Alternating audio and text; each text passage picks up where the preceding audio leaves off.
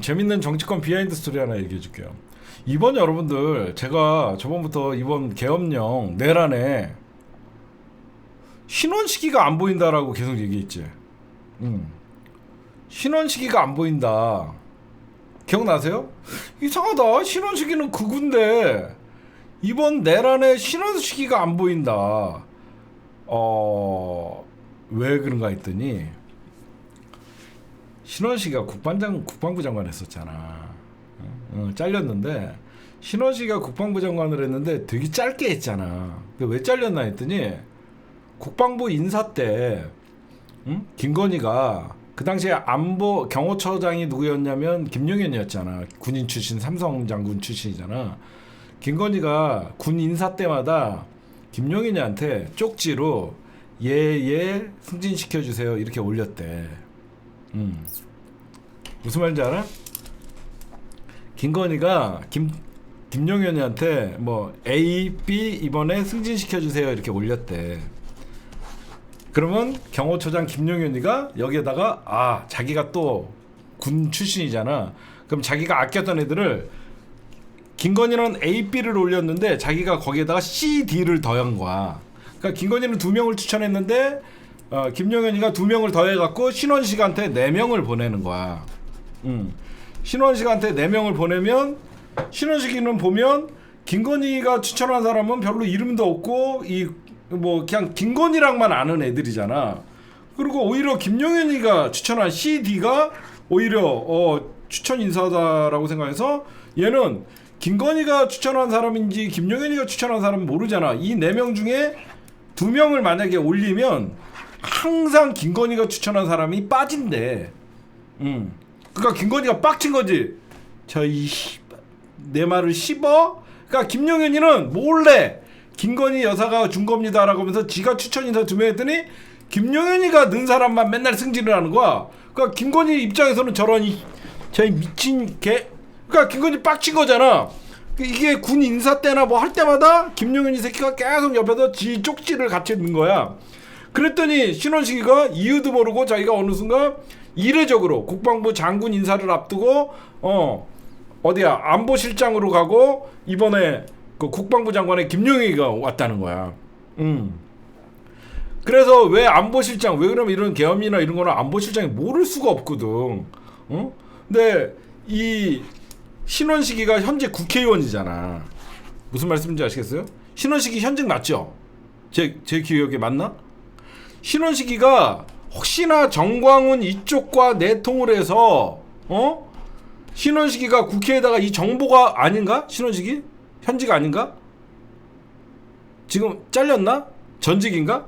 신원식이가 정광훈이나 이쪽에 이게 자기 사람이 아니라고 생각해서 철저하게 신원식을 외면하고 대통령실에 잡아놓고 감시하면서 신원식이가 국방부 장관 하면서 왜 그러냐면 임성근 최해병 사건 이런 것들이 신원식이가 알고 있잖아.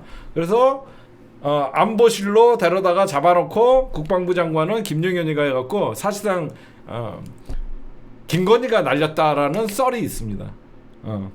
열받지 김건희. 저런 이 씨발 내가 추천한 사람은 왜 어디 갔어? 저 신원식 미친 거 아니야? 오빠 저 새끼 잘라. 내가 추천한 누구 다 날라갔어. 이 미친 새끼가 이거를 왜 못하는 거지? 용현아 네가 좀 가갖고 네가 국방부 장관해. 그러고 이렇게 바뀌었대요. 여러분 그럴듯하지 않아요? 말도 안 되잖아. 계엄 내란 쿠데타를 하는데 안보실장이 안 보이는 게 말이 돼요? 응? 말이 안 되잖아요. 내란 쿠데타를 하는데 안보실장이 모르고 있어요. 말도 안 되는 거야. 완전 팽시킨 거야. 완전 왕따 비밀. 그 덕분에 김건희한테 찍혀갖고 신원식 사른 거야. 그렇잖아. 김건희한테 안 찍혔으면 신원식이 지금 김용현 자리에 가 있어봐 10년은 못 나오지. 그 다음에 아까 얘기를 안 했는데 저는 이번 윤석열 계엄은요 대한민국 뉴라이트가 민주진영을 학살하기 위해서 저는 내린 거라고 생각합니다. 이 얘기를 꼭 하고 싶었어요. 제가 시간이 지나면서 소름이 돋고 그런 것들은요, 이런 계엄을 통해서 민주주의를 지배하려고 하는 것은 이 극우에서 반동 세력들이거든요. 지금 생각해보니까 이건 보수가 하는 짓이 아니라 뉴라이트 반민족 세력들이 결국은 이 친일에 부역하는 자들이 민주 진영을 사실상 학살을 하고 탄압해서 본인들이 어떤 보수의 기득권을 가져가려는 뉴라이트의 반란이라고 생각해요. 저는 이거는 우리 민주시민들이, 우리 성숙한 민주시민들이 이 뉴라이트의 반란 쿠데타라고 생각합니다. 윤석열의 쿠데타이자 뉴라이트 반란 쿠데타라고 생각합니다. 정상적인 보수라고 하면 이런 계엄령이라는 거는 상상도 못하는데, 윤석열 주변에 전부 뉴라이트가 장악을 하고 있고, 그런 뉴라이트가 대한민국의 주류로 윤석열 정부에서 사실상 주류로 편승되면서 이 뉴라이트가 가장 없애고 싶어 했던 게 바로 우리 민족 세력들, 우리 민주주의 민족 세력들, 결국은 해방 전 후의 모습과 똑같은 것 같아요. 민족주의자들을 친일파들이 학살하려고 그랬던 사건이 바로 이번에 윤석열 내란 음모의 진실이 아닌가, 저는 그렇게 생각합니다. 여러분들도 동의하시죠? 진짜로 이 반민족 세력인 뉴라이트들이 그 당시에 민족주의자들, 독립운동가들을 때려잡던 그 형태로 윤석열을 이용해서 우리 민족주의자들과 민주주의자들을 학살을 하려고 했던 뉴라이트의 정치 쿠데타 사건이라고 저는 생각을 했습니다.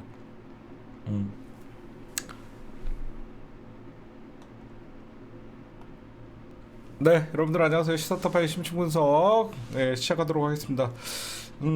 어제 권난동이가 난동을 부린 게 국회에서 헌법재판관 3명 임명을 하면 한덕수가 어떤 그 임명 절차를 제가 하면 안 된다, 뭐 이렇게 하면서 6명으로 가자, 그냥 버티기 모드죠, 그렇죠? 난동을 그냥 시간 지연 작전 하려고 했는데 이거는 전혀 권난동이가 과거에 했던 발언들도 아마 여러분들에게 언론에서 이미 다 나와서 권선동 말이 오락가락하고 본인 말이 얼마나 모순적인 것은 이미 나왔을 거라고 생각합니다. 지금 여러분 잘 알다시피 이번 헌법재판관 3명은 국회의 몫이에요. 국회의 몫이기 때문에 사실 윤석열이가 탄핵이 되지 않았어도 윤석열은 제가 하는 것 정도의 어떤 역할밖에 없는 겁니다. 윤석열 씨가 그러니까 대통령 헌법재판관 임명은 이번에 임기가 다 되는 이미선 재판관과 나중에 한 명, 그 대통령 임명목 2명, 그분들을 빼면 나머지 제가 저번에 이거 보여드렸잖아요. 문영배, 이미선이 4월 18일까지예요. 그래서 이거만 대통령이 뭐 재가를 하냐, 그거 갖고 문제가 될 수 있는 거고, 이거는 문재인 임명하고 요번에 새로 임명하는 거는 국회의 몫이에요. 국회의 몫. 그러니까 여러분들이 그거에 대해서는 일거에 논란이 없다라고 말씀드리고, 여기에 국회의장이 이례적으로 한덕수 너는 헌법재판관 국회에서 인사청문회가 통과돼 갖고 올리면 즉시 임명해라. 임명권은 국회에 있다. 왜 그러면 국회 추천 몫이니까 당연히 국회에 임명권이 있다라고 얘기를 했고요. 지금 국힘당은 인사청문회를 보이콧했습니다. 그래서 민주당은 23일, 24일 날 이틀 동안 하는데 23일 오전에는 민주당이 2명을 추천했잖아요. 10시부터 12시까지 1명, 그 다음에 오후 2시부터 또 1명, 그래갖고 23일 날 민주당 추천 인사 2명을 끝내고 24일 날은 국힘당 추천 인사에 대해서는 하루 동안 줘주는 거죠. 이해가 가세요? 민주당 추천 인사가 2명이기 때문에 23일 날 2명을 다 해버리고, 그 다음에 24일 날은 국힘당, 사실 이 사람은 사법농단 연루자였어요. 이 사람 지금 마은혁 정계선 누구죠? 마은혁 정계선은 민주당 추천목이었고, 그래서 오전 오후로 하고요. 지금 보니까 누구를 먼저 할 것이냐, 그러니까 마은혁 후보자를 먼저 한대요. 마은혁 후보자를 10시부터 시작하고 정계선은 2시부터. 이 조한창은 24일 날. 이 사람은 사법농단에 연루됐던 자입니다. 고양이가 자꾸 토해요. 역류성 식도염. 역류성 식도염이야 그거. 살쪘죠.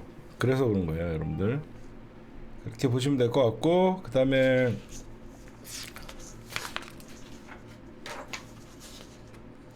일단 우원식 국회의장이 여러분들 국조위 지금 내란 특검에 앞서서 국정조사를 먼저 실시해서 여야 20명 명단 제출하라. 여야 국조특위 20명 제출해라라고 했더니 난동이는 또 제출 안 하겠다. 그래서 헌법재판관 3명에 대한 인사청문회는 야당 단독으로 단독이 아니라 여러분들 우리가 야당 단독이라고 말을 쓸 필요가 있습니까? 국힘당 보이콧이라고 합시다. 이게 언어가 아무것도 아닌 것 같은데 야당 단독 강행 처리 이렇게 하면 마치 잘못된 것을 민주당이 강제로 하는 것 같은 느낌이 있으니까 국힘당 보이콧, 국힘당 청문회 거부 이렇게 하는 게 맞는 거죠, 그렇죠? 그렇게 우리라도 그렇게 말을 씁시다. 무슨 야당이 일방적인 어떤 강행을 의석수의 힘으로 밀어붙이는 게 아니잖아요. 이건 당연히 인사청문회는 거쳐야지 헌조재판소 재판관들 9명의 티오를 맞출 수가 있는 거 아닙니까? 그러니까 우리는 뭐 야당 단독 이렇게 하지 말고 국힘당 인사청문회 거부 이렇게 합시다. 그리고 국조위 특위도 야당에서는 명단을 내지 않을 것 같아갖고 민주당이 국힘당의 거부로 국조특위도 민주당이 할 수밖에 없습니다. 그렇게 지금 가고 있으니까 여러분들이 그 내용을 좀 알고 있을 것 같고, 오늘 난동이가 이재명 당대표님을 원내대표로서 예방을 했죠. 그래서 그러면 딴 얘기는 안 할게요. 다 쓸데없는 얘기니까 개헌 얘기를 꺼냈습니다. 그렇죠? 개헌 카드. 지금 당연히 쟤네들이 시간 끌기 위해서는 개헌이죠. 그래서 이재명 당대표에게 지금 뭐 제왕적인 대통령제에 문제가 있으니까 개헌을 하자 뭐 이렇게 또 꺼놨는데, 그러면서 대통령제 검토를 필요하지 않을까. 얘네들이 이제 내각제 시동을 거는 거예요. 이거 씨도 안 맥히죠. 씨도 안 맥히는 얘기니까 이재명 당대표는 헛소리라고 들었는지 빨리 추경하자, 민생 추경하자 이렇게 그냥 응대를 했어요. 그건 이재명 당대표님이 잘한 겁니다. 얘네들은 아직도 그 권력에 대해서 얘기만 하고 있는데, 개헌은 현실적으로 지금 윤석열이가 내란을 일으켰기 때문에 뭐하러 지금 개헌 얘기를 민주당에서 할 필요가 없죠. 그리고 하나 좀 말씀드리고 싶은 게, 권난동이 입에서 지금 이 개헌이 적기라고 얘기를 했습니다. 그렇죠? 법을 개정할 수 있는 적기라고 얘기했는데, 좀 하나 물어보고 싶어요. 제왕적 대통령제가 문제다. 얘네가 떠드는 게 제왕적 대통령제가 문제이기 때문에 개헌을 해야 된다라고 떠들고 있는데, 그러면 내가 하나 물어보고 싶은 게, 이번에 윤석열이가 헌법을 지키고 내란을 일으켰습니까? 아니잖아요. 응? 헌법을 위반해서 내란을 일으킨 거고, 헌법과 개헌법이 규정한 비상계엄 요건도 갖추지 못한 상태에서 계엄을 선포하면서 헌법 위에 군림하려는 잘못된 인식을 갖고 있는 사람의 문제지 제도의 문제가 아니라는 거예요. 제가 말씀드리고 싶은 건, 응? 여러분들 무슨 말씀인지 아시겠어요? 이게 제도의 문제가 있는 게 아니라 사람의 문제가 있었기 때문에 이런 내란을 생각했던 윤석열이 잘못한 거죠. 법이 잘못되어 있는 겁니까? 아닙니다. 그리고 적어도 개헌을 하려 그러면 이재명 당대표가 꺼내면 이재명 당대표가 꺼내지, 내란 수계 공범들 새끼들이 지네가 계엄령 해제에 무슨 도움을 줬다고, 지네가 계엄 해제한 것 같이 국힘당이 동조했습니까? 일부가 들어와 갖고 계엄 해제에 찬성을 했잖아요. 국힘당 없어서도 민주당 단독으로도 계엄 해제시킬 수 있었어요. 응? 여태까지 2년 반 동안 윤석열이 뭐 했습니까? 헌법을 유린하고 민주주의를 파괴하면서 헌정질서를 유린시킨 게 윤석열이지, 헌법이 유린시키라고 했습니까? 윤석열에게? 아니죠. 응? 여러분들 우리가 지금 쓰고 있는 게 87 6공화국 헌법이라고 제가 여러분들에게 누누이 말씀드리죠. 우리가 87 헌법 6공화국에서 만들었던 헌법이다. 어떻게 보면 이번 2024 12월 3일 윤석열의 내란 사태, 쿠데타는, 친위 쿠데타는 87 헌법이 막아준 거예요.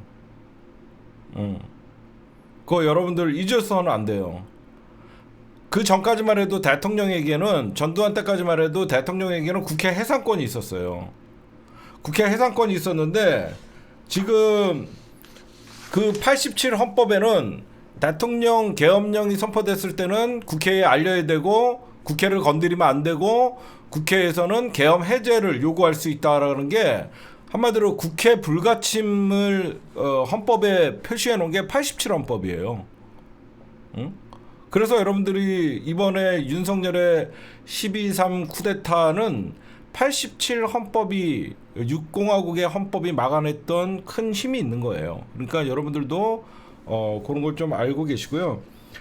뭐니 해도 윤석열이라는 자는 제도가 문제가 아니라 사람의 문제가 있었고, 그런 제대로 된 민주주의적 절차의 헌법을 지켜야 되는 대통령의 헌법 수호의 의지가 없었기 때문에, 그렇잖아. 윤석열이는 헌법을 파괴하려고 했고 2024년 대명천지에 한밤에 전 국민을 놀라게 하는 계엄 트라우마를 지금 겪고 있거든요. 이거는 헌법 수호 의지가 없는 윤석열이죠. 민주주의의 규범을 깬 건 윤석열이에요. 헌법이 규정을 깬 게 아니라 민주주의 수호 의지가 없고 헌법 수호 의지가 없고 민주주의 규범을 깬 건 윤석열이기 때문에 국힘당은 개헌의 말을 꺼낼 자격도 없다라는 얘기를 하는 거예요, 제가.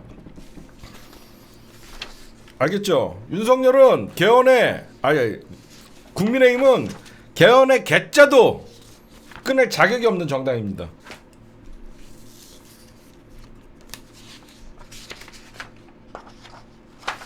그리고 이런 얘기 좀 해주고 싶어요. 지금 국힘당이 하는 형태를 보십시오. 내란 우두머리잖아, 윤석열이가. 그쵸? 이 내란 우두머리에 대해서는 감싸고 탄핵은 잘못됐다. 응?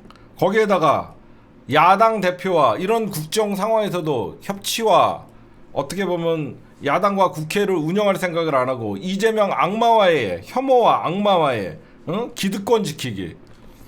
나쁜 놈들이에요. 제가 국힘당에게 하나 슬픈 얘기 하나 해줄까요? 4.15 총선 때 왜 패배했는지 한번 생각해보세요. 국힘당 이재명 혐오와 이재명 악마화 시키다가 4.15 총선 그 꼴 난 겁니다. 자기네 지지층들을 결집시키려고 총선에 이재명을 악마화시키고 이재명을 혐오를 부추기면서 그래서 총선에 심판받은 거예요. 아직도 적대적 공생관계에 기대어서 정치적 반사 이익을 노리려고 정치적으로 어떤 정적 제거에 몰두하고 정치적 반사 이익만 노리면서 자기네 지지층만 결집하면 대선 해볼 만하다라는 그 착각에 빠져 있는데, 그 착각에서 빨리 벗어나는 게 지금 가장 국힘당이 사는 길이고, 국힘당은 사실 여러분들 여태까지 국힘당이 잘못된 어떤 탄핵 트라우마라는 개소리들을 하는데, 국힘당이 여태까지 그나마 문재인 정부 5년 그 다음에 정권을 잡을 수 있었던 것은 유승민과 그 당시에 바른정당이라는 정당에 박근혜 찬성을 해줬던 33인이 있었기 때문에 다시 한번 국민들이 기회를 줬던 거예요. 제가 보면 그래요. 그쵸? 만약에 박근혜 탄핵 때 모두가 반대를 해서 박근혜 탄핵이 안 됐다 그러면 국힘당은 일어날 수 제기 불능한 정당이었습니다. 바른정당으로 나가서 박근혜 탄핵에 찬성했던 사람들은 배신자가 아니라 어떻게 보면 국힘당을 다시 한번 수권정당으로 만들어준 역할을 했던 사람들이에요.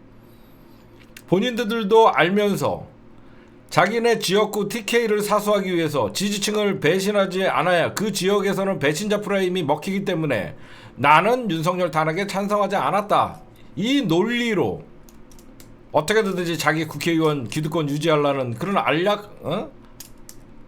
그런 정신 상태로 지금 현재 윤석 친윤 세력들이 다시 당권을 잡는 모습을 보니까 기가 막히죠. 오히려 친한계나 비윤계가 이번에 내란은 잘못됐고 윤석열 탄핵시켜야 된다. 이 사람들이 어떻게 보면 국힘당의 주류가 돼야 되는데 여기서 또 주류 싸움에서 밀린 거죠.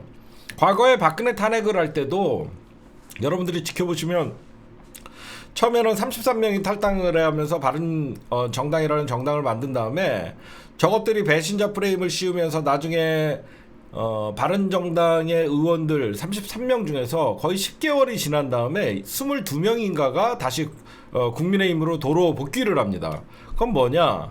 결국은 자기네들 기득권 싸움에서는 자유한국당이 박근혜를 배출한 자유한국당이 이겼다는 거예요. 그 당시에. 그러니까 어떻게 보면 국힘당은 점점 자기네들의 파이가 작아지는 꼴도 모르고 자기네 이제 영남에 거기 지지층을 해서 5, 60석 얻으면서 지탱하려는 그런 기득권, 영남 기득권 세력들과 손을 잡고 점점 국민들의 의사와 반하는 극우로 치닫는, 극우도 아니죠. 반민족, 반역자들과 손잡는 국힘당은 그래서 망할 수밖에 없는 정당이라는 얘기들을 하는 겁니다. 그 다음 지금 국힘당 비대위원장을 누구를 할 것이냐를 놓고 지금 설왕설래 말이 많습니다. 지금 현재 보니까 여러 가지 안들이 나오고 있어요. 지금 나오고 있는 게 여러 가지 시뮬레이션인데 첫 번째 시뮬레이션이 권난동이 원내대표 겸 비대위원장을 한다.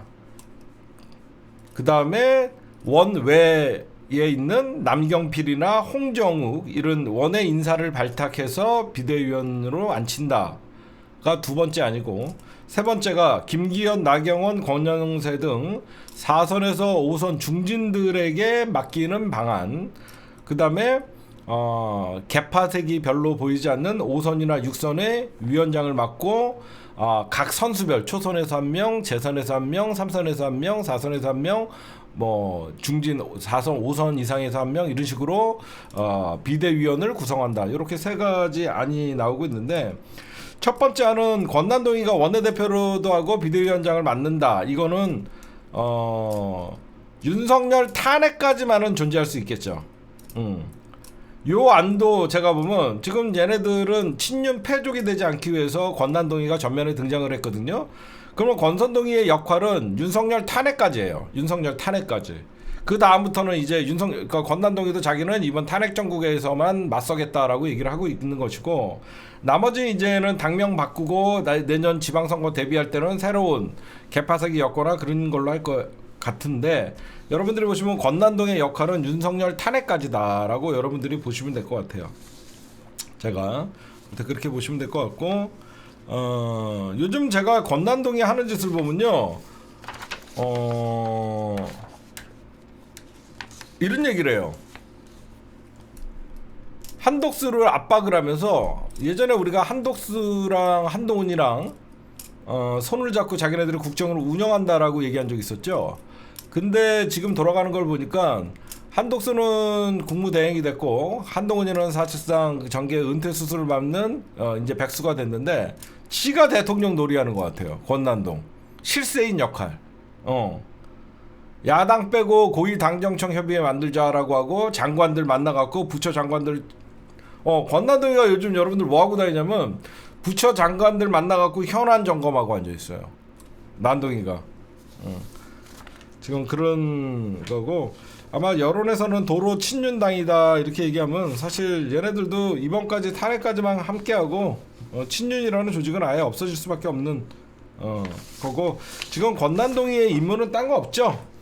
헌재 심판을 최대한 지연시켜갖고 어떻게든지 4월달까지 지연시켜갖고 문재인 대통령이 임명한 문영배 재판관과 이미선 재판관을 사실상 공석으로 만들기. 얘네들의 목표는 4월달까지 가게 하는 겁니다.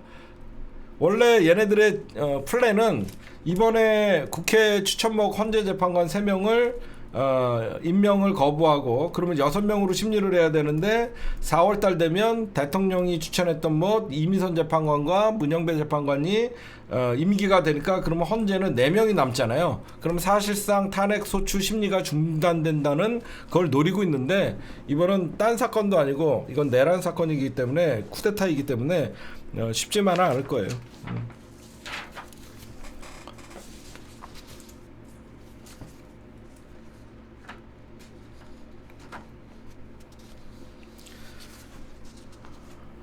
윤석열 체포 얘기 좀 할게요.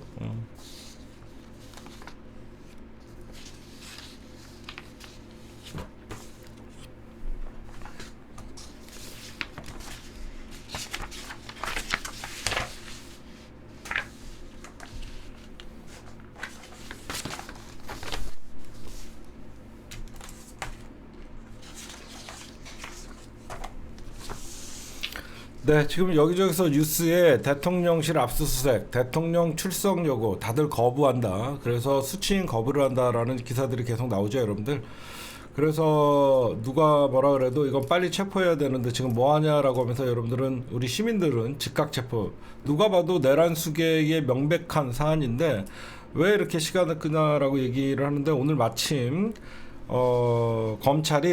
검찰이 윤석열과 이상민 행자부 장관에 대한 사건은 검찰이 넘겨줬습니다. 지금 제가 이거를 좀 분석을 했는데요. 검찰이 공수처에 윤석열 내란죄 사건을 이첩을 결정을 했어요. 이거 왜 그런가 결정적으로 해가 좀 보니까요. 이 공수처법에 보니까요. 여러 가지 중대한 사건이 있는 것 경우에는 강제 규정이더라고요. 강제 규정. 무슨 강제 규정이냐면 공수처가 사건을 이관을 요청할 때는 즉시 이관해야 된다라는 공수처법이 있어요.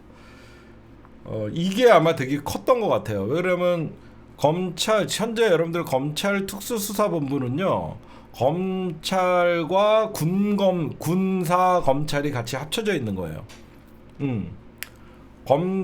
검사들과 군 검찰이 대한민국 민간 검찰 그리고 군사 검찰이 합쳐져서 지금 검찰 특수수사본부가 이끌어지고 있는데, 왜 그러냐면 검찰이 만약에 이 사건을 계속 쥐고 있다가는 나중에 윤석열이나 이 탄핵 반대를 하고 있는 사람들이 공수처에서 사건을 이관해달라는데 검찰이 불법적으로 수사를 했다라고 해서 불법성이 인정된다는 거예요. 그쵸? 무슨 말씀인지 아시겠죠? 검찰이 분명히 공수처로 이관시켜야 되는데 이관시키지 않고 끝까지 윤석열을 수사를 했다라고 하면 불법성이 인정돼서 사실상 공소조차를 할 수 없는 위험에 빠질 수 있기 때문에 검찰이 이첩을 했다라고 얘기를 하는데, 처음에는 공수처가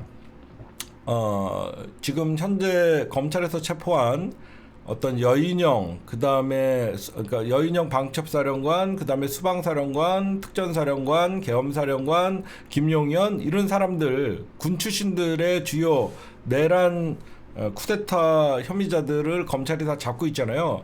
그 사람들도 전부 넘겨달라고 했는데 지금 군 검찰이랑 검찰이 손을 잡고 있다 그래서 군에 관계된 사람들은 군 검찰과 그쪽에서 수사하겠다라고 하면서 오늘 지금 대검 차장이 공수처장을 찾아간 거예요. 지금 대검 차장이 공수처장을 찾아가 갖고 이걸 조율을 한 겁니다. 이진동 대검 차장이 공수처 청사를 오늘 방문해 갖고 오동훈 공수처장과 2시간 동안 회동을 하면서 김 전 장관과 이상민 행정부 장관 등 5명의 이첩을 요구를 했는데 윤석열과 이상민만 넘겨주고 나머지 군 핵심 관계자들은 본인들이 하겠다 계속. 왜 그러면 군 검찰이 있으니까 그나마 검찰이 수사권 밖에 있는 일이다라고 하는 거에 대해서 벗어날 수 있다라는 거예요. 그래서 지금 이제는 윤석열의 이제 체포의 권한은 어디로 넘어왔냐면 여러분들이 보시면 공수처로 넘어왔어요. 그렇죠? 응? 이제 공수처가 지금 여기저기서 제가 오늘 취재를 해보니까 공수처도 출석 요구를 오늘 했었습니다. 그 다음에 검찰도 출석 요구를 했어요. 근데 윤석열이가 수치인 거부를 했죠. 이게 무슨 말이냐면 더 이상 공수처나 검찰에서 윤석열 출석 요구를 하지 않는다고 합니다. 왜 그러냐면 더 이상 출석 요구를 할 의미가 없다라는 거예요. 이거는 바로 체포, 이번 주 안에 바로 체포에 들어간다는 소리가 많습니다. 그렇잖아. 이미 명분도 쌓았고, 명분도 쌓았고, 지금 관련 자료, 지금 압수수색을 이게 더 점점 죄가 쌓이는 거래요. 경호처가 서버 압수수색도 불승인하고, 지금 이게 다 체포영장 수순에 들어간 거다라고. 오늘 검찰이 15일 날 오전 10시에 출석하라 그랬는데 안 나왔고, 공수처가 오늘 출석하라 그래도 안 나왔고. 제가 공수처 관계자가 이런 얘기를 해요. 공수처로서는 굳이 윤석열 추가 출석을 요구할 필요가 없다. 사건을 이첩하는 18일 저녁이나 오늘 저녁이나 내일 체포한다는 소리가 있어요. 영장 청구. 체포할 수 있을까요? 영장을 청구하면 법원에서 영장이 허가되면 체포해요. 그럼 못 막아요, 경호처도. 오늘 내일 중으로 공수처에서 윤석열 체포영장을 법원에다가 신청을 하면 법원에서는 윤석열이 내란 수개인데 윤석열을 체포를 거부할 수가 없잖아요. 그러면 영장 청구가 발부가 되면 그 영장 청구는 여러분들 법원에서 발부한 영장 청구이기 때문에 당연히 들고 가면 경호원들이 막지 못합니다. 이거는. 왜 그러면 막는 순간 공무집행 방해, 직권남용이 돼요. 왜 그러냐면 검찰도 원래는 21일 날 재차 2차 출석 요구를 하려고 그랬는데, 그러고 나서 영장 청구하려고 그랬는데, 지금 참 아이러니하죠, 역사가. 윤석열이가 여러분들 대통령 취임 전에 공수처 폐지한다고 했었어요. 공수처 폐지한다고 떠들던 게 윤석열입니다. 제가 옛날에 이런 얘기를 한 적이 있습니다. 공수처는 만들어졌는데 실망스럽다. 공수처가 제 역할을 하지 못한다. 그러나 이렇게 적폐들이 반대하는 공수처가 만들어졌다는 것만으로도 우리가 역사적 의미를 갖자. 언젠가는 공수처가 제 기능을 할 날이 올 것이다. 바로 이거예요. 이 공수처가 없었으면 검찰이 윤석열 뭉개고, 안 그럽니까? 근데 여러분들에게 좀 말씀드릴게요. 좀 자세하게 디테일하게 여러분들에게 좀 말씀드리고 싶은 것은, 일단은 공수처는 체포를 할 수 있죠. 지금 언론에서 말하지 않는 게 있어요. 지금 검찰에서 윤석열 내란 사건에 대해서는 완전히 손을 떼야 됩니다. 제가 누누이 강조하지만 지금 검찰은 윤석열 사건에 왜 적극적으로 나서냐, 이유가 있어요. 잘 들어보시면, 딴 데서 얘기 안 하는데 여러분들이 많이 좀 전파를 해주세요. 공수처가 이제 윤석열을 체포를 해갖고 수사를 할 거 아닙니까? 그러면 검찰은 나머지 사건 갖고 여러 증인들 있잖아요. 뭐 김용현이 됐든, 뭐 계엄사령관, 수방사령관, 특전사령관, 뭐 방첩사령관, 뭐 다 있지 않습니까? 이거는 결국 여러분들 검찰이 빨리 기소를 하려고 하는 거예요. 이게 무슨 말이냐면, 윤석열과 핵심적인 이상민은 넘겨줬지만 나머지 이 내란 공범들에게 검찰이 빨리빨리 수사해서 기소를 해버리면 어떻게 되냐면 특검이 무용지물 됩니다. 무슨 말인지 알아? 이게 제일 무서운 거예요.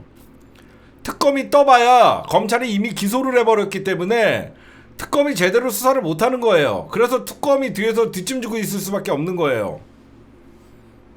이해가 가시죠? 검찰은 절대 지금 빨리 특검이 떠갖고 모든 검찰이 기소하기 전에 사건을 전부 뺏어와야 돼요. 그렇잖아. 검찰이 이미 김용현에 대해서 여러 가지 사실로 기소를 해버렸어요. 그러면 특검이 지금 수사를 하려도 수사 중인 기소된 사건에 대해서는 출석을 안 하거나 자기 방어를 할 수가 있거든요. 이 꼼수가 있는 거예요. 그러면 특검도 아무리 떠도 이미 검찰이 수사해서 기소를 했기 때문에 얘네들이 제대로 변호사들과 지금 기소된 사건이기 때문에 출석하기 어렵다. 회피를 할 수 있고. 그래서 검찰이 지금 빨리 이 사건에서 손을 빨리 떼고 지금 상설특검이라도 빨리 지금 해서 모든 사건을, 그러면 공수처고 나발이고 특검이 다 가져가는 거거든요. 지금 상설특검은, 그러니까 검찰의 수사가 빠르냐 상설특검 뜨는 게 빠르냐. 지금 그러니까 무조건 검찰은 기소를 못하게끔 어떻게든지 막아야 되고, 상설특검이 빨리 떠서 검찰 사건, 경찰 사건, 공수처 사건을 다 갖고 와야 돼요. 제가 그걸 지적해주고 싶어요. 참 아이러니하게 지가 윤석열의 검난으로, 사실 윤석열이 검찰총장 할 때 검난으로 조국의 피해 대가가 공수처 설치였거든요. 서초동 촛불에 어떻게 보면 우리의 마지막 구호는 공수처를 설치하라였었는데, 그 공수처인데 검찰이 진정성을 보이려 그러면 검찰이 과연 공수처의 인력을 파견해 줄 것인가, 그런 것들을 좀 봐야 됩니다. 일단 그 중요한 사건을 제가 좀 짚어드렸고, 오늘 여러분들 제가 저번에 이런 말씀을 좀 드려요. 검찰총장 심우정은 정치인의 아들이다. 그래서 특검 아니 뭐죠? 특수부 출신들이랑은 좀 다르다. 이런 얘기를 한 적이 있습니다. 오늘 공수처에다가 윤석열 내란 사건을 이첩하는 과정에서 검찰에서 사실상 시끄러웠습니다. 지금 심우정, 여러분들 이 공수처 이첩은 심우정이 결정한 거예요. 심우정이 결정했는데 검찰 특수본 수사팀이 반발을 했습니다. 지금 특수본부장을 맡고 있는 박세연, 수사 실무를 맡고 있는 이창규 부장검사, 이 사람들이 오늘 심우정 검찰총장이 공수처로 윤석열과 윤석열 내란 사건에 윤석열은 공수처를 넘긴다고 하니까 심우정 검찰총장에게 항의를 했었어요. 그래서 지금 저는 이렇게 봐요. 이제 공수처가 윤석열에 대해서 목줄을 쥐고 있는데, 여태까지 무능한 공수처의 모습만 가지고 국민들의 신뢰를 사실 받지 못하고 있는 공수처이기 때문에, 이번에 공수처의 어떤 사활은 뭐가 있냐면요, 수사의 속도입니다. 가장 중요한 게, 공수처는 이번 윤석열 내란 사건은 수사의 속도예요. 그리고 과연 공수처가 그런 윤석열이나 이런 사람들을 수사할 수 있는 실력이 있는지를 이번에 증명을 하면 공수처는 더 크게 어떤 대한민국의 권력기관을 감시할 수 있는 최후의 보루가 될 수도 있습니다. 또 오늘 이런 일이 있었다, 여러분들에게 좀 말씀드리고, 그 다음에 헌재 얘기 좀 할까요? 자잘구레한 거는 이따가 얘기할게요. 이 얘기는 하고 갑시다. 검찰이 건진법사를 구속영장 청구를 했어요. 저는 이 사건을 되게 특이하게 봅니다. 이거 2018년 사건이거든요. 그냥 캐비넷에 묻어놨던 사건입니다. 그쵸? 검진법사를 구속영장을 검찰이 쳤다. 이거 2018년 뇌물 받은 거거든요. 나는 이거는 어떤 게 엮여 있냐면요, 건진법사는 윤석열 대선 캠프에서 역할을 했던 사람이거든요. 지금 명태균 사건 터지니까 창원지검이, 지금 중앙지검이나 이쪽에서는 많은 자료들을 쌓고 있잖아요. 지금 누가 봐도, 제가 보면 그냥 마지막에 이제 검찰이 자기네 살라고 발악을 하고 있는 거고, 김건희 특검이 통과가 사실 가시권에 들어오고 있으니까 어이없는 수사인데, 그냥 하이아나성 물어뜯기 마지막 그런 걸로 보여요. 그냥 죽은 권력이니까 이제 수사하는 겁니다. 딱 그거잖아요. 검찰이 건진을 치기 시작한 거는 윤석열 정부는 죽었다, 이제 결론을 내린 겁니다. 그냥 몰아치는 겁니다. 그렇잖아, 누가 봐도. 상설특검은 지금 위원회를 구성했고 조만간 상설특검 물어보시는데 어떻게 되는 거냐면 민주당과 이제 국회에서 상설특검 후보자 추천위원회를 만들었잖아요. 그러면 국회에서 이제 상설특검 후보자 추천회를 만들면 대통령실에서 상설특검을 추천해달라라는 공문이 와야 돼요. 그러면 거기서 민주당 한 명, 뭐 진보당 한 명 이렇게 추천을 해갖고 넘겨주면 둘 중에 하나 고르는 거거든요. 근데 대통령실에서 특검을 임명해달라라는 회신이 아직까지는 안 온 것 같아요.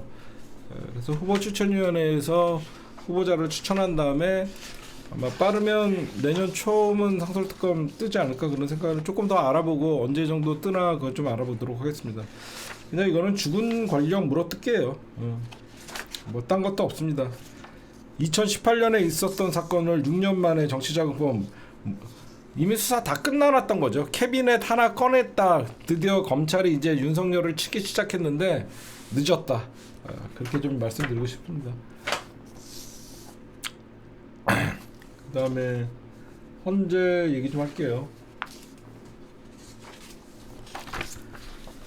지금 헌재 이제 이번에 23일날 야당 추천, 국회 야당 추천목 2명이 통과가 되고요. 그 다음에 여당 추천목 1명도 야당 추천목은 23일, 그 다음에 여당 추천목은 24일날 인사청문회를 하면 이제 한덕수도 이거에 대해서는 뭐 법률가들이나 뭐 다들 이거는 한덕수가 임명을 제거하고 그럴 문제가 아니라 야당 추천목이기 때문에 이거는 야당에게 권한이 있다라고 다들 법리적 해석을 하기 때문에 이거는 9명이 채워질 걸로 보입니다. 그래서 구인 체제가 완성돼서 더 속도를 낼 수 있는 상황이고요.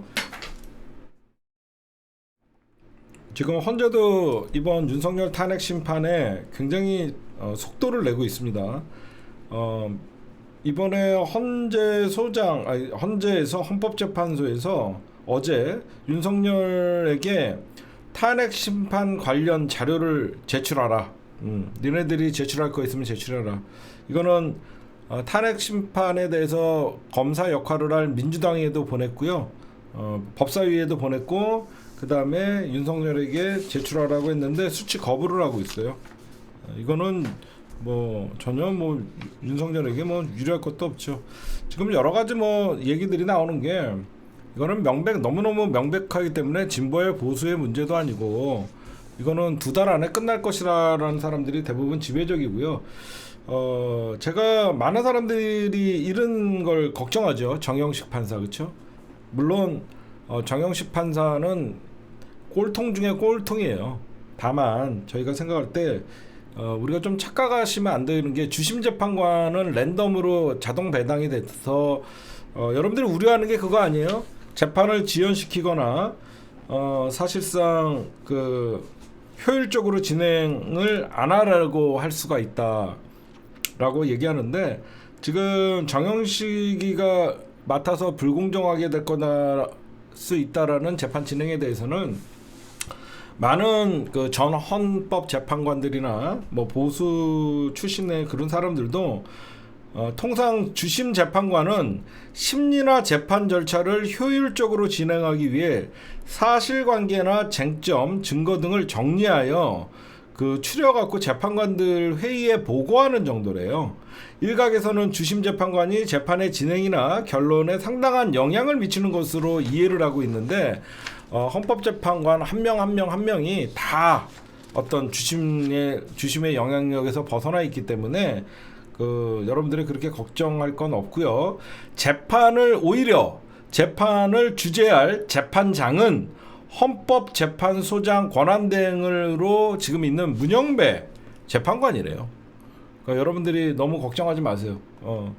주심은 그냥 랜덤으로 정영식이가 됐지만 이 모든 헌법재판을 주재할 사람은 문영배다라고 여러분들이 알고 있으니까 그렇게 하시면 될 것 같고, 그 다음에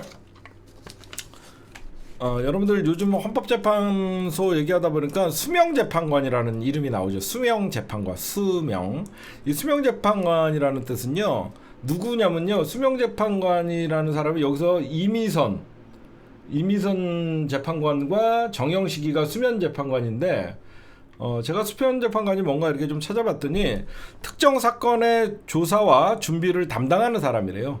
그러니까 이번 윤석열 탄핵이라는 사건의 조사와 준비를 담당하는 것이고, 사건의 핵심 자료를 정리하고 조사 내용을 정리해서 다른 재판관들에게 효율적으로 사건이 빨리 진행될 수 있도록 전달하는 역할이래요. 그러니까 수면 재판관이라는 뜻은 사건의 디테일을 챙기는 책임자 역할을 하는 거라서 여러분들이 뭐 정영식이가 아무리 개판을 칠라 그래도 이미선 재판관이 같이 정영식과 수면 재판관을 하기 때문에 그렇게 큰 걱정을 안 하셔도 되고, 여러분들에게 그 다음에 좀 희망적인 얘기를 하나 해드릴게요. 저도 주변에 판사들이 많고 그런 분들한테 물어봐요. 다 놀랍니다. 미친 거더라고. 일반 사람들과 생각이 똑같아요. 판사님들이라 그래갖고 이번 윤석열 내란 쿠데타를 옹호하거나 그런 건 전혀 없더라고요. 그 사람이 진보인지 보수인지 아무것도 모르는데, 원래 판사는 좀 보수적인 분들이에요. 근데 내가 안심할 수 있는 말을 딱 해주더라고요. 헌재는 국민들의 여론을 의식 안 할 수 없다. 그건 여러분들이 여기까지는 아시죠? 그렇죠?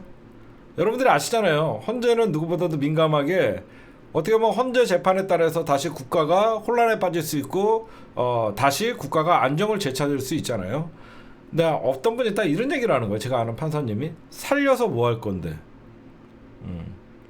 살린다고 해결되냐 이거죠. 윤석열을 기각시킨다 그래갖고 대한민국이 좋아지겠습니까?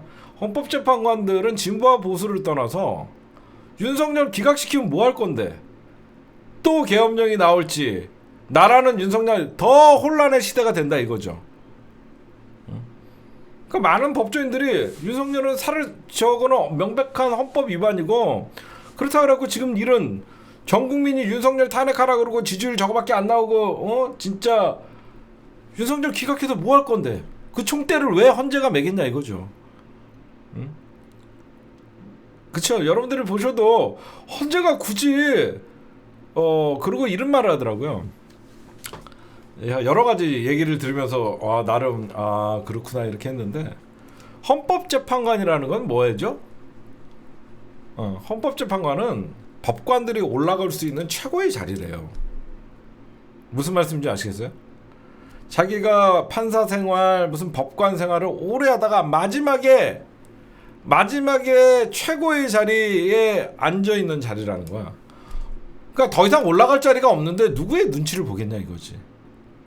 그때는 이제 명예롭게 은퇴하는 게 사람들이, 여러분들 중요한 거 아니에요?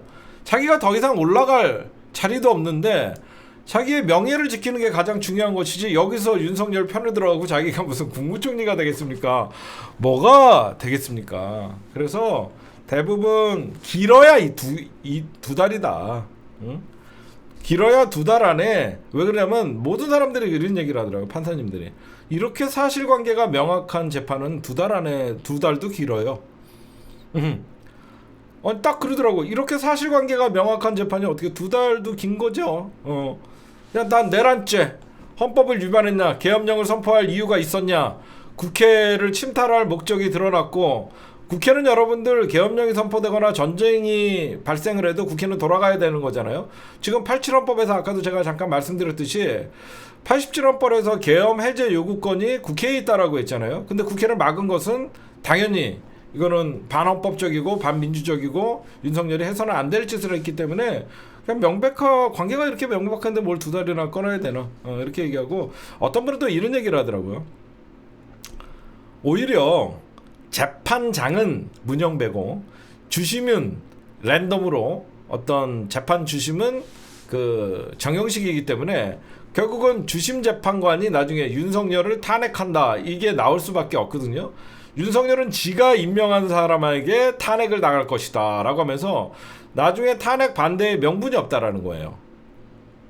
이해를 가십니까? 만약에 문재인 대통령이 임명했거나 김명수 대법원장이 임명한 사람이 이번 탄핵 소추의 주심을 맡았다 그러면 저것들이, 좌파들이 윤석열을 또 죽였다 이런 개소리를 할 수 있는데, 윤석열 지가 임명한 정영식이 결국은 문영배 재판장이 있잖아요. 재판장.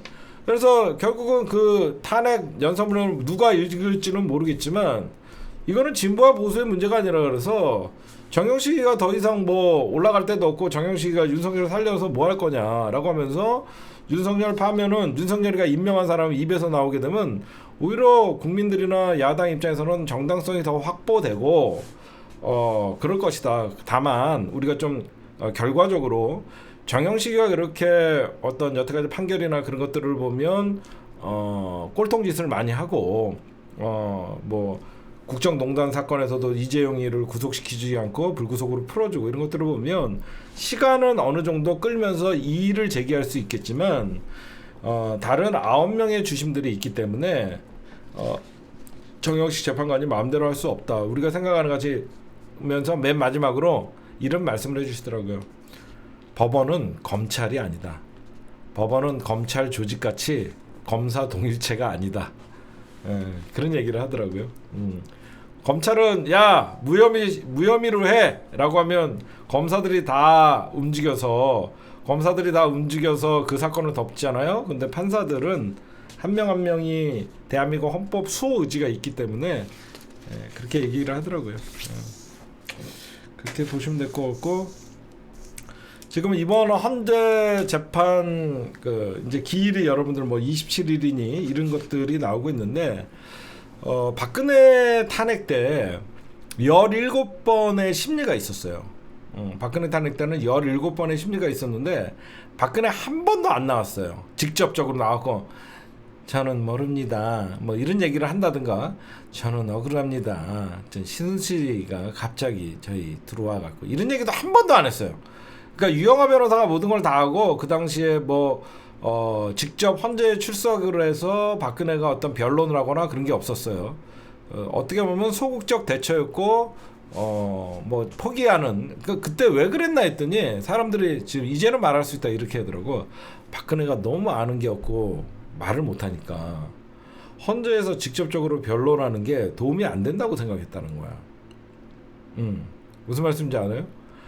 박근혜가 워낙 아는 것도 없고 말도 못하고 그러니까 헌재법재판관의 질문에 오히려 엉뚱한 소리를 하면 이 재판이 오히려 왜 얼그러질 수 있다라고 생각하는 거야. 그러니까 박근혜는 2016년 본인 탄핵 때는 적극적으로 대응을 하지 않았어요. 왜? 전부 기각될 줄 알았대요.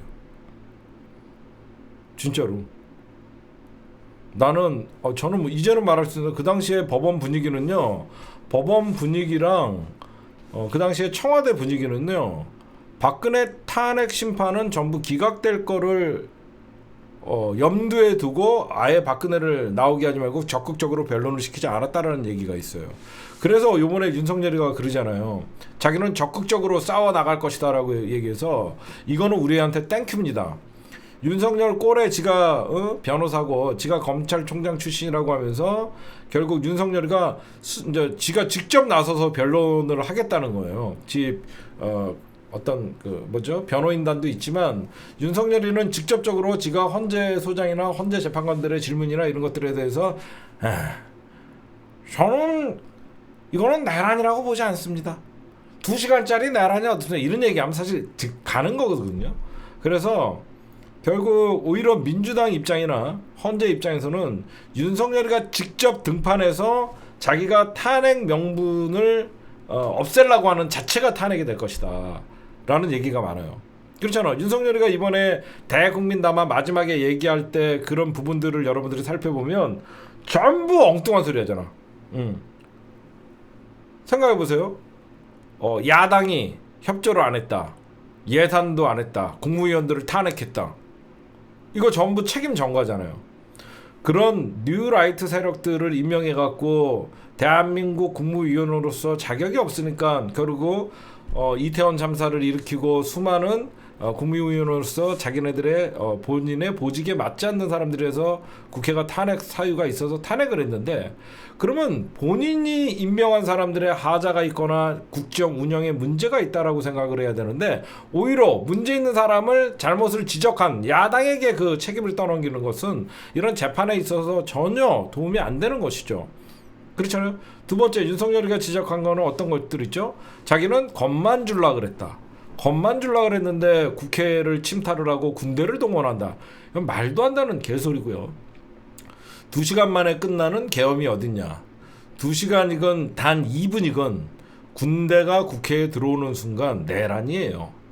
국회는 아까도 잠깐 말씀드렸듯이 전쟁이 나도 국회는 돌아가야 되고 국회 법에서 정하고 있는 계엄 해제권이 국회에 있기 때문에 국회의원들을 끌어내라는 지시를 받았다는 증언들이 한두 개가 아니기 때문에 윤석열은 자기가 셀프로 변론을 한다 그래도 오히려 탄핵의 명분이 오히려 더 높아질 것이라고 해서 우리는 윤석열이가 직접적으로 나와서 변론을 하는 것들이 굉장히 좋다.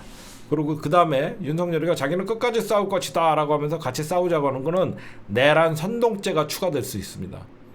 분명히 말씀드리는데 구구 세력을 결집으로 해서 박근혜 탄핵 이후에 광화문에서 박근혜 탄핵 운동을 펼쳤던 정광훈과 태극기 부대 같이 이번에도 구구 세력의 결집을 지금 의도를 하고 있는데 이것도 내란 선동죄 같이 포함이 될 수 있다라고 여러분들에게 말씀드리고 정광훈이가 조금만 이상한 짓 하면 저희가 반드시 정광훈이는 내란 공범으로 저희가 고소 고발 조치를 하도록 하겠습니다.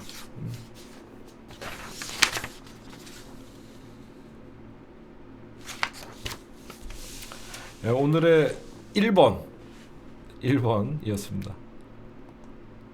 네, 내일 한덕수가 여러분들 지금 눈치 보고 있죠. 내일 임시국무회의에 양곡법 등 거부권을 사실 거부권 행사할 전망들이 나오고 있는데 여러분들에게 좀 쉽게 설명을 좀 해드릴게요. 지금 이 법은 6개 법안에 거부권을 행사할 가능성이 있다. 이 법은 농업사법이고요. 그 농업사법에다가 국회법, 그 다음에 국회 증언감정법 개정안 그래갖고 6개가 되는 거예요. 농업사법 플러스 국회법, 그 다음에 국회 증언감정법. 이거는 민주당이 이제 통과를 시켜갖고 국회에 송부를 한 건데 이게 거부권 행사 기간이 21일이에요. 21일. 그래서 내일 국무회의 때 상정한다는 거고 여러분들이 사실 이것도 되게 중요한 법이거든요. 지금 요거 얘기 잠깐만 하고 갈게요. 여러분들 관심사는 김건희 특검법이랑 내랑 특검법인데 이 양곡관리법이나 농수산물 유통 및 가정안정법 이거는요 사실 어떻게 보면 우리의 그 주권 식량자원의 문제예요. 어떤 분들이 우리나라가 세계에서 쌀이 제일 싸요, 제일 비싸요 라고 하는 분들은 정신 좀 차리세요. 쌀 가격 나는 더 비싸도 저는 괜찮다고 생각해요. 왜 그러냐면 농사 안 지어본 사람들, 저도 농사를 안 지어봤지만 그렇게 1년 내내 쌀 농사 짓는 사람들은 저는 애국자라고 생각합니다. 애국자라고 생각해요.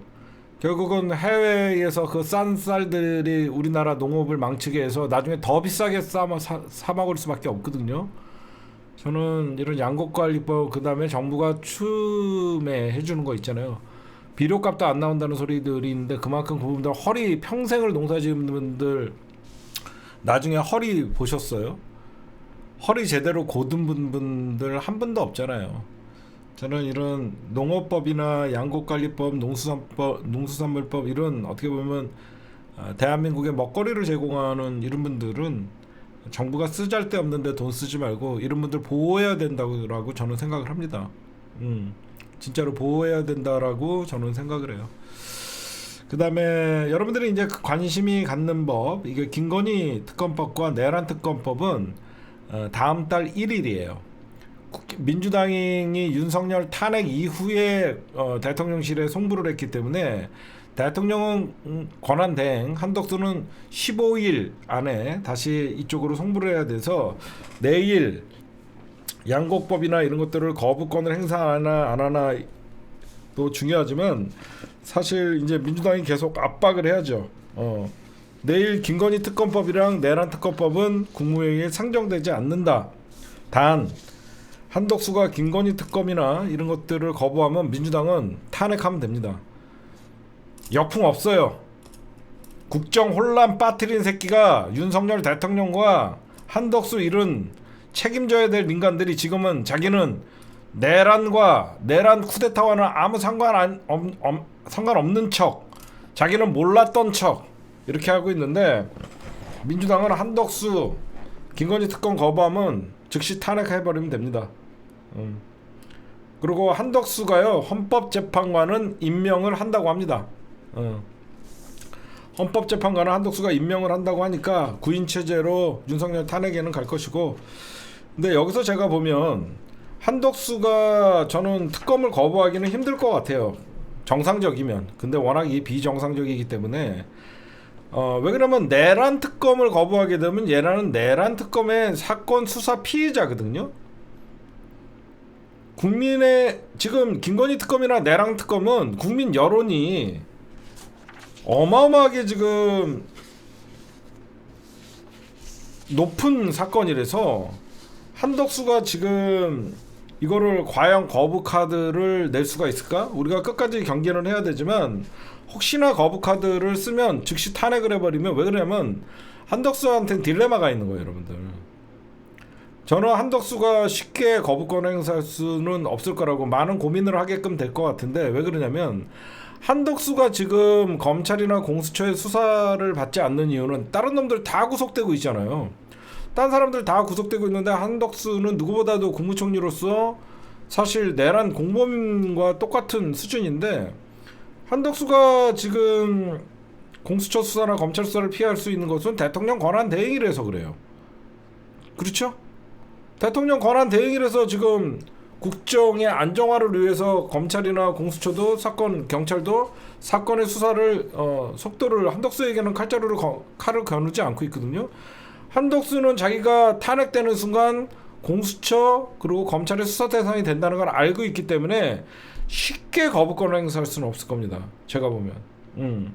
그리고 민주당이 탄핵을 분명히 하겠다라고 천명했기 때문에 이거는, 그리고 만약에 김건희 특검이나 내란 특검을 한덕수가 거부권을 행사하면 이건 또 다른 제2의 쿠데타입니다. 저는 그렇게 얘기해주고 싶어요. 대통령 권한 대행이 지가 절대 하면 안 되는 짓을 했기 때문에 여러분들이나 나나 제2의 쿠데타라고 얘기하면 됩니다. 내란 특검은 국민에 대한 쿠데타고 국민들의 뜻을 배신하는 행위입니다. 전 국민들이 윤석열 지금 특검해야 된다, 전 국민들이 얼마나 지금 놀랬습니까? 응? 이런 계엄령 선포에 본인의 책임이 있음에도 불구하고 이거는 제2의 쿠데타예요. 그래서 지금 분명히 한덕수는 들어야 될 게, 한덕수 권한대행은 국민의힘 소속이 아닙니다. 응? 대한민국의 국무위원들은 정당 소속이 아니에요. 있는 사안만 보면 돼요. 응? 김건희 특검은 최근에 세 번째 특검이 부결될 때도 195명이라는 국힘당의 의원들도 동조하는 투표가 이루어졌어요. 한덕수는 국민의힘 소속이 아니고 오로지 대통령 권한 대행을 하는 것이고, 지금 같은 윤석열이 혼란을 일으킨 이 정국을 수습하고 무엇보다도 국민의 뜻을 저버리면 제2의 쿠데타입니다. 그건. 응? 그리고 거부권은 법률의 유연성이나 국익의 침해가 될 때입니다. 내란 특검은 오히려 국익의 침해가 되는 게 아니라 다시는 이런 일이 발생하지 않도록 방지 차원에서라도 특검 조사로 진상규명을 해서 역사적 처단이 중요한 거예요. 응?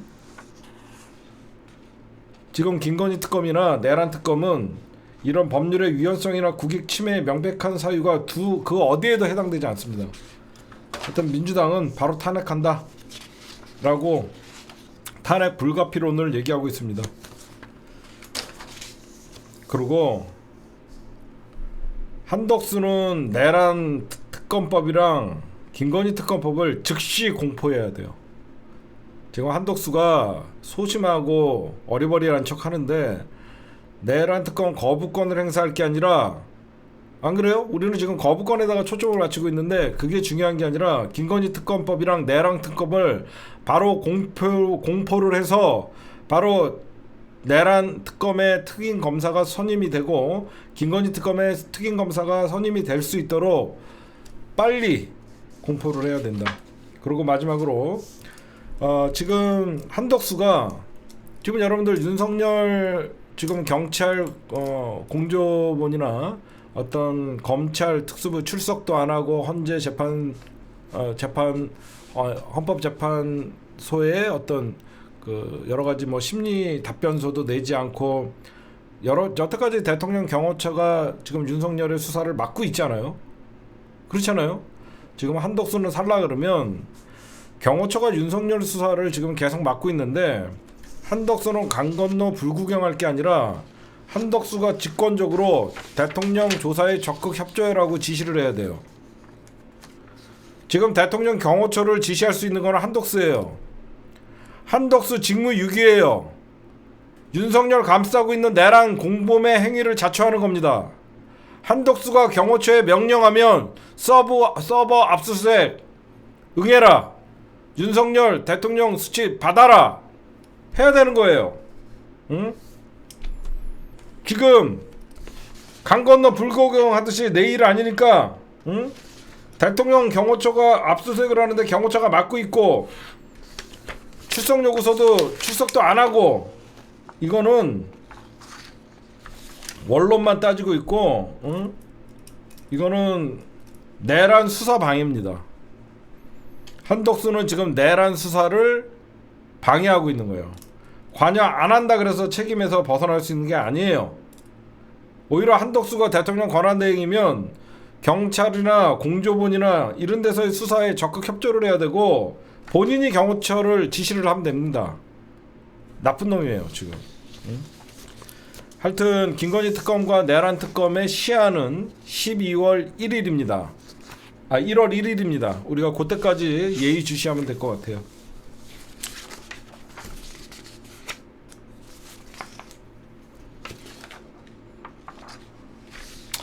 그 다음에 여러분들에게 또 좀 희망적인 얘기를 하나 해드릴게요. 우리가 올해 총선이 있었죠. 총선에서 민주당과 민주진보진영이 188석이라는 189석이라는 엄청난 헌정사상 이렇게 크게 이겨본 적이 없습니다. 국힘당을 108석으로 우리가 사실 가둬놨죠. 그 원인이 뭐 정확히 얘기하면 저쪽은 그냥 이재명 사법 리스크, 이재명 심판론으로 가다가 죽었죠. 얘네들도 이제 제가 딱 그랬죠. 윤석열 탄핵과 동시에 이재명 때리기, 이재명 사법 리스크, 이재명 심판론, 그 다음에 이재명 악마화 이걸로 나올 것이다. 여기저기서 곳곳에서 그런 게 보입니다. 정치는요 역설적인 거예요. 제가 이 바닥에서 10여 년, 20년 가까이 정치의 고관여층으로 있으면서 느끼는 게 자네들은 이재명을 때리면 때릴수록 이재명 당대표의 생명력은 더 끈질겨지는 거예요. 그런 걸 몰라요. 그렇죠? 정치라는 건 그런 거예요. 자네들이 아무리 보수가 반 이재명 정서에 의지할수록 쟤네들이 반 이재명 전선을 구축해갖고 선거를 치르려고 할수록 이재명 당대표 주변으로 끈질기게 생명력들이 모여지는 거예요. 그렇기 때문에 총선에서도 이재명 사법 리스크, 이재명 심판론 했다가 호되게 뒤지게 맞아놓고도 정신을 못 차리는 거예요. 오히려 이번 윤석열 내란 사건을 겪으면서 많은 국민들이 이런 생각을 합니다. 보수가 정권 잡으면 나라가 왜 이 모양이야 라고 하면서 더 이상 국가를 보수에게 운영을 맡겨도 되겠냐는 사람들이 새로운 의문점을 갖게 된 거예요. 그렇지 않아요? 이명박도 구속됐고 박근혜는 탄핵됐고 구속됐고 이번에 또 윤석열 탄핵됐고 보수가 권력을 잡을 때마다 나라가 이렇게 시끄러운데 이런 보수들에게 권력을 우리가 맡겨도 되겠냐는 국민들에게 중도에 있던 사람들이 의문을 표시할 수밖에 없는 시대가 된 거예요. 그래갖고 여러분들에게 제가 얘기하는 보수는 정치학적으로 보수라고 얘기하는 거고 저는 단 한 번도 국민의힘을 보수라고 생각한 적이 없습니다. 그거는 여러분들이 좀 아셔야 될 것 같고 그 다음에 이번에 우리가 윤석열을 탄핵하는 과정에서 여러 가지 너무너무 좋은 현상들을 봤죠. 제가 며칠 전에도 잠깐 얘기를 했는데 일단은 나이 많은 우리 어떻게 보면 민주 진영이 고령화가 됐어요. 집회에 나오면 5, 60대가 이제 줄을 이루고 있고 저는 되게 아름다운 풍경을 봤습니다. 노인과 젊은이들의 환상적인 조합으로 이제는 세대를 불문하고 이제 민주 진영이 어느새 50대, 60대, 70대가 돼버리면서 우리가 윤석열 탄핵을 외치고 이 민주당을 응원했던 분들이 있었는데 젊은이들이 가세하면서 사실상 20대부터 70대까지 대한민국의 민주당을 응원하고 윤석열을 심판하는 그런 탄핵 문화를 봤다. 광장을 봤고요. 그다음에 두 번째, 지금 제가 늘 얘기하는데 대한민국을 이 지경으로 만들고 윤석열이라는 헌법을 유린하는 권력을 비호했던 세력은 누가 뭐라 그래도 검찰입니다. 그런 검찰의 수사를 여과 없이 받아준 법원의 책임도 큽니다. 대한민국에 앞으로 제7공화국이 나오던 이재명 정부가 나오던 검찰과 법원은 이제는 국회의 사법 시스템, 그리고 국민들의 감시, 통제, 그리고 국회의 강화가 이루어져야 된다고 생각합니다. 안 그래요? 여태까지 내란까지 오게끔 했던 것은 검찰이 가장 큰 역할을 했습니다. 검찰이 친위 세력으로 국힘당보다는 검찰당이라는 소리를 들으면서 검찰은 윤석열 정부의 친위대가 됐었고, 그런 검찰이 나서서 윤석열과 민주세력을 탄압을 하고 정적을 제거하는 일에 누구보다도 앞장섰던 게 검찰입니다. 바로 이재명 당대표나 조국 전 대표를 윤석열과 대척하는 사람들에게는 한없이 가혹했습니다. 기소권과 영장 청구권을 독점하고 있는 검찰이 얼마든지 봐주려면 봐주고 끝까지 악마 같은 짓을 했습니다. 그 다음에 법원은 어땠습니까? 재판권, 검찰은 기소권과 불기소권을 갖고 있죠. 검찰이 기소를 하든 불기소를 하든 그건 검찰의 마음입니다. 죄 있는 놈은 불기소해주고 죄 없는 사람들은 기소하는 게 너무너무 법의 형평성 없는 짓을 검찰이 사실상 이 권력이 내란까지 생각하게 하는 동력은 검찰의 오만함이었다고 생각합니다. 법원은 어땠어요? 윤석열 검찰이 자의적으로 조작적으로 기소한 그런 증거 자료들과 그런 공소 사실들을 그대로 인정을 해주면서 법원에서 말도 안 되는 판결들을 내렸습니다. 대표적인 게 바이든의 난리면이냐라고 했던 MBC의 1심 유죄 판결, 대장동 50억 클럽의 곽상도의 무죄, 이런 것들은 법원에 지을 수 없는 주홍 글씨로 남을 것입니다. 법원도 굉장히 비겁하죠. 윤석열이 내란 쿠데타를 일으켰을 때는 아무 논평이 없다가 점점점 판사도 체포하려고 그랬다라고 하니까 그제서야 발작을 하면서 윤석열을 비판하는 논평을 냈습니다. 저는 이제는 우리가 국회는 우리 시민 통제에 들어와 있죠. 왜 그러면 국회의 권력은 선출직 권력이니까 우리가 얼마든지 국회 의정 활동이나 사실상 잘못된 의원들은 다음에 표로 심판할 수 있지만 가장 중요한 게 선출받지 않는 권력이 보이지 않는 힘, 바로 검찰과 법원이죠. 그들은 사법고시를 통해서 그리고 로스쿨을 통해서 검사와 판사가 되는 단순한 임명직일 뿐인 자들이 선출직 권력을 사실상 좌지우지하고, 이제는 이런 선출되지 않는 검사와 판사, 이런 권력은 시민 통제 그리고 국회의 통제를 둬야 된다라고 분명히 말씀드리고 싶습니다. 여러분들, 그리고 아마 저는 이번에 윤석열 탄핵 이후에 언론을 좀 지켜봤어요. 언론 부역자들도 반드시 처단해야 됩니다. 윤석열 탄핵으로 언론개혁이라고 여러분들이 얘기하죠. 저는 언론개혁이라는 이런 큰 어떤 시대적 과제, 이런 것들을 논의하고 싶지 않아요. 언론개혁이라고 얘기하면 너무 방대하니까 전 적어도 윤석열 정부의 정책을 빨아대고 윤석열 국정에 받아쓰기 했던 그런 언론사들은 반드시 심판받아야 된다고 생각합니다. 이런 부역자들, 언론도 부역자예요. 검찰들만 부역자가 아니에요. 검찰, 법원, 그리고 언론, 여태까지 윤석열 고발 사주 사건도 검찰이 불러주는 대로 써주면서 한명숙 전 총리 모해유증 사건도 김학의 출금 사건도 검찰이 불러주는 대로 써주면서 언론을 호도했던 인간들, 윤석열 정부의 부역자가 아닙니까? 이런 자들 다 처벌받아야 돼요.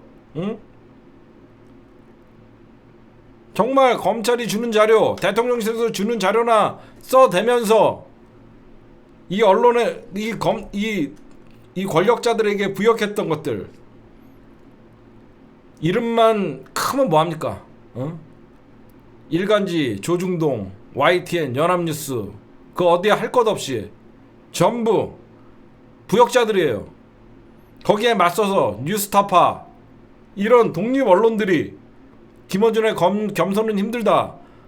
그들보다 규모나 인력은 없어도 결국은 이런 독립 언론들에 의해서 윤석열 정부는 데미지가 입은 것이고 결국은 그런 데미지가 쌓여갖고 윤석열은 국정 운영 더러워서 못하겠다라고 하면서 내란 쿠데타라는 결국은 오류를 범하게 되는 겁니다.